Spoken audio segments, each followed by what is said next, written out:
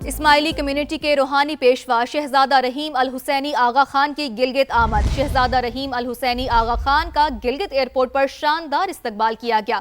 نگراں وزیر اعلیٰ گلگت بلتستان اور دیگر نے پرنس رحیم آغا خان کا استقبال کیا۔ عمائدین اور مختلف شعبوں سے تعلق رکھنے والی نمایاں شخصیات کی بھی شرکت۔ شہزادہ رحیم کی آمد عوامی حلقوں بالخصوص اسماعیلی برادری میں جوش و خروش۔ گلگت بلتستان کے مختلف مقامات پر خیر مقدمی بینرز، استقبالی پیغامات بھی آویزاں کیے گئے۔ روحانی پیشوا کی آمد تاریخی اور یادگار موقع جانب سے عوام کے اندر بہت ہی زیادہ خوشی دیکھی جا رہی ہے۔ آپ کو بتاتے چلیں کہ اسماعیلی کمیونٹی کے روحانی پیشوا شہزادہ رحیم الحسینی آغا خان کی گلگت آمد۔ شہزادہ رحیم الحسینی آغا خان کا گلگت ایئرپورٹ پر شاندار استقبال کیا گیا۔ نگراں وزیر اعلیٰ گلگت بلتستان اور دیگر نے پرنس رحیم آغا خان کا استقبال کیا۔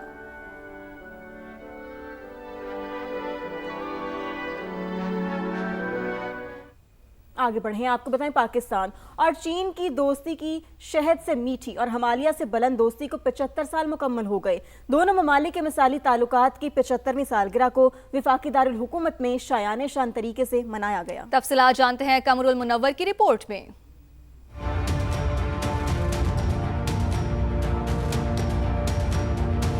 پاکستان اور چین کے سفارتی تعلقات کے 75 برس مکمل ہونے پر وفاقی دارالحکومت میں مختلف تقریبات کا انعقاد۔ وزارت داخلہ میں ہونے والی مرکزی تقریب میں وزیر مملکت داخلہ اور سیکرٹری داخلہ نے پودا لگایا۔ وفاقی پولیس کے چاق و چوبند دستے نے گارڈ آف آنر پیش کیا۔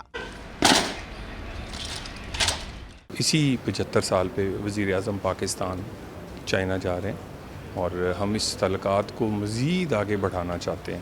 وزارت پارلیمانی امور میں بھی پاک چین تعلقات کے 75 برس مکمل ہونے پر تقریب منعقد ہوئی۔ وفاقی وزیر پارلیمانی امور طارق فضل چودھری نے پاک چین دوستی کو بے مثال قرار دیتے ہوئے کہا کہ چین نے ہمیشہ ہر مشکل وقت میں پاکستان کا ساتھ دیا۔ تقریب کے شرکاء نے دونوں ممالک کے درمیان تجارتی، معاشی اور تصویراتی تعاون کو مزید فروغ دینے کے عزم کا اعادہ بھی کیا۔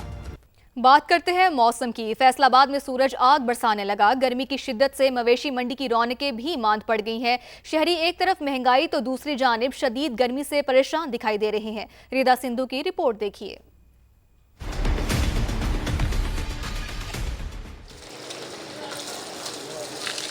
فیصل آباد میں گرمی کی شدت دن بدن بڑھتی جا رہی ہے۔ ایسے میں جانوروں کی خریداری بھی ایک مشکل مرحلہ ہے۔ نیاموانا مویشی منڈی میں خرید و فروخت کے کیا حالات چل رہے ہیں، آئیے جانتے ہیں۔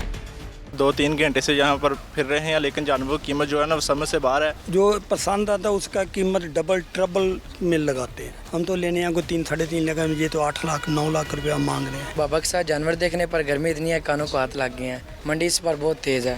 ابھی تو دیکھ رہے ہیں کوئی جانور پسند آئے جس کا کہتے ہیں ریٹ بہت زیادہ ہے۔ یہ تو بس دیکھ کر جانے کو جی چاہتا، بچوں کی وجہ سے انہوں نے بہت تنگ کیا کہ میں لے کر چلو، اور یہاں پر ان کی مہنگائی کی بھی بہت شدت ہے۔ شدید گرمی نے منڈی ٹھنڈی کر دی ہے۔ جو اکا دکا گاہک ہیں بھی وہ بھی گرمی اور مہنگائی کا شکوہ کرتے دکھائی دیتے ہیں۔ کیمرامین قدیر الرحمان کے ساتھ ردا سندھو، سما، فیصل آباد۔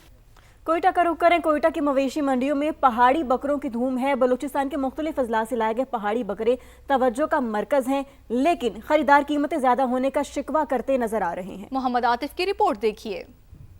کوئٹہ کی مویشی منڈیوں میں قربانی کے جانوروں کی خریداری جاری۔ پہاڑی بکرے توجہ کا مرکز بنے ہوئے ہیں، تاہم قیمتیں زیادہ ہیں۔ ایک بکرے کی قیمت 60 سے 90 ہزار روپے تک وصول کی جا رہی ہے۔ وپاریوں نے کافی ریٹ بڑھا دیے۔ جو بالکل چھوٹے سے چھوٹا بکرا بھی ہے وہ 70 سے 80 ہزار، 1 لاکھ اور 95 ہزار، 90 ہزار اس طرح مل رہے ہیں۔ غریب بندے کے وس میں نہیں ہے، غریب بندہ نہیں کر سکتا یہ ہے کہ بس غریب غربا بس کوئی چھوٹے چھوٹے کوئی ہے دمبے کر لے 20-30 ہزار میں تو وہ کر لے۔ شہریوں کی جانب سے قیمتیں کم کرنے کا مطالبہ کیا جا رہا ہے، لیکن بیوپاری کہتے ہیں کہ راشن اور پیٹرول کا خرچہ زیادہ ہے، قیمتیں کیسے کم کریں۔ کیمرامین جنید اکبر کے ساتھ محمد عاطف، سما، کوئٹہ۔ لاہور کی بات کریں تو مناوا مویشی منڈی میں عید الاضحیٰ قریب آتے ہی خریداروں کا رش بڑھنے لگا ہے۔ بکروں کے بیوپاری اب بھی گاہکوں کے منتظر ہیں، جبکہ بڑے جانوروں کی خریداری میں تیزی دیکھی جا رہی ہے۔ فہد بھٹی کی رپورٹ دیکھیے۔